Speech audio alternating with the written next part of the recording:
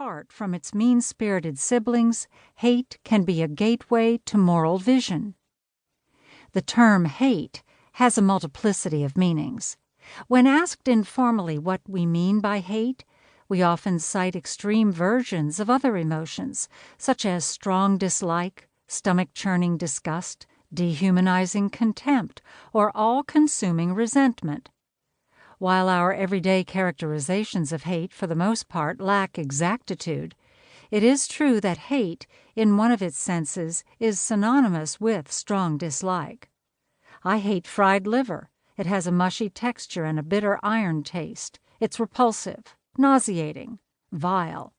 When I say I hate fried liver, I obviously don't intend to convey that I think of fried liver as a malevolent wrongdoer. All I mean is that I have a strong dislike for this old Scandinavian favorite. This is also the sense most of us have in mind when we say that we hate being put on hold, waiting in doctor's offices, getting a flat tire, reading work emails, getting by on too little sleep, watching commercials, except during Super Bowl, coming down with the flu, getting stuck in airports for hours, getting caught in the rain without an umbrella, or being woken up in the middle of the night by a false fire alarm. This book does not explore hate in the strong dislike sense. Rather, its focus is on anger and disgust-based hate directed toward individuals or groups. Thus restricted, hate has a wide and a narrow sense.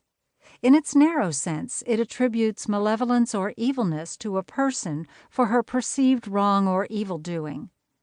When not otherwise specified, I will use hate in this sense. In its wide sense, hate encompasses both narrow hate and contempt. This is the sense of the term most salient in expressions such as hate groups, group hate, hate monger, hate rally, collective hate, racial hate, hate crime, hate speech, hate campaign, and hate mail. Although contempt is not simply the result of filtering out narrow hate's raw anger, it can be seen as a kind of distilled hatred. Contemners, those who have contempt, are typically colder, calmer, and more callous in their attitude toward their target than haters. While the primary subject of this book is narrow hate, we will also explore the philosophy and psychology of contempt and look at how it stands apart from hate. There is one type of hate that I wish that I could have dealt with more extensively in this book, namely self-hate. I touch on self-hate in Chapter 4 in the context of the Cluster B personality disorders and in Chapter 6 in the context of female misogyny. But there is much more to be said about this self-directed emotion than I am able to say here. I hope to explore its intricacies in future works. The chapters to follow are divided into two parts. The first explores hate in social and intimate relationships, looking for an answer to the question of why our intimate relationships can survive hate and resentment, but not disrespect or contempt. I argue that where contempt creates an irreparable power imbalance, hate is tied to fear or reprehension, which the brain is capable of reinterpreting as thrill, attraction, or arousal. But this facet of hate can also make it a dangerous emotion that brainwashes us into hanging on to abusive relationships. When tied to vengeance or dark personality types, such as narcissism, sadism, or psychopathy, hate is not only hazardous, but also dehumanizing.